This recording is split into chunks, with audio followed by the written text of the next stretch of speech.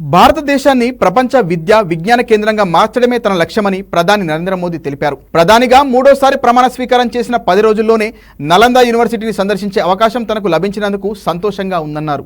బీహార్ రాష్ట్రం రాజ్గిరిలోని నలంద యూనివర్సిటీ క్యాంపస్ను ప్రధాని మోదీ, బీహార్ గవర్నర్ రాజేంద్ర, ముఖ్యమంత్రి నితీష్ కుమార్, విదేశాంగ శాఖ మంత్రి జైశంకర్లతో కలిసి ప్రారంభించారు.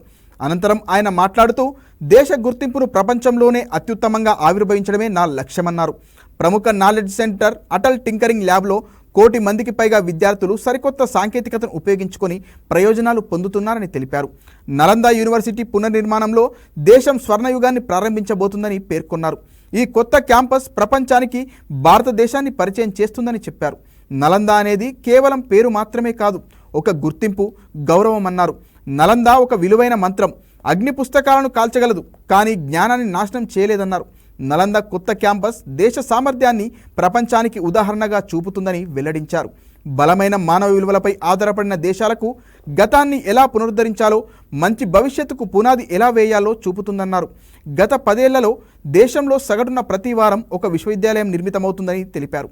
ప్రతిరోజు సగటున 2 కొత్త కళాశాలలు నిర్మితమవుతున్నాయన్నారు. దేశంలో ప్రస్తుతం 23 ఐఐటీలు ఉన్నాయని, 10 ఏళ్ల కిందట 13 మాత్రమే ఉండేవని ప్రధాని మోదీ వ్యాఖ్యానించారు.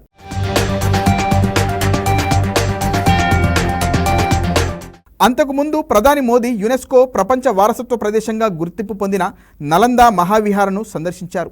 ASI Patna circle superintending archaeologist Gautami Bhattacharya Nalanda విశ్వవిద్యాలయ పురాతన శిథిలాల గురించి ప్రధానమంత్రికి వివరించారు. కాగా నలంద విశ్వవిద్యాలయ చట్టం ప్రకారం 2010లో స్థాపించిన ఈ విద్యాసంస్థ 2014 నుంచి కార్యకలాపాలు ప్రారంభించింది. 5వ శతాబ్దం నుంచి కొనసాగుతున్న నలంద విశ్వవిద్యాలయంలో ప్రపంచంలోని నలుమూలలకు చెందిన విద్యార్థులు ఇక్కడ విద్యాభ్యాసం చేసేందుకు ఆసక్తి చూపుతుంటారు. 12వ శతాబ్దంలో దండయాత్ర సందర్భంగా ధ్వంసం కావడానికి ముందు 800 సంవత్సరాలు ఈ విశ్వవిద్యాలయం బాసిల్లినట్లు నిపుణులు చెబుతున్నారు. నలంద యూనివర్సిటీ భారత ఉపఖండంలో అతి పురాతనమైన విశ్వవిద్యాలయం.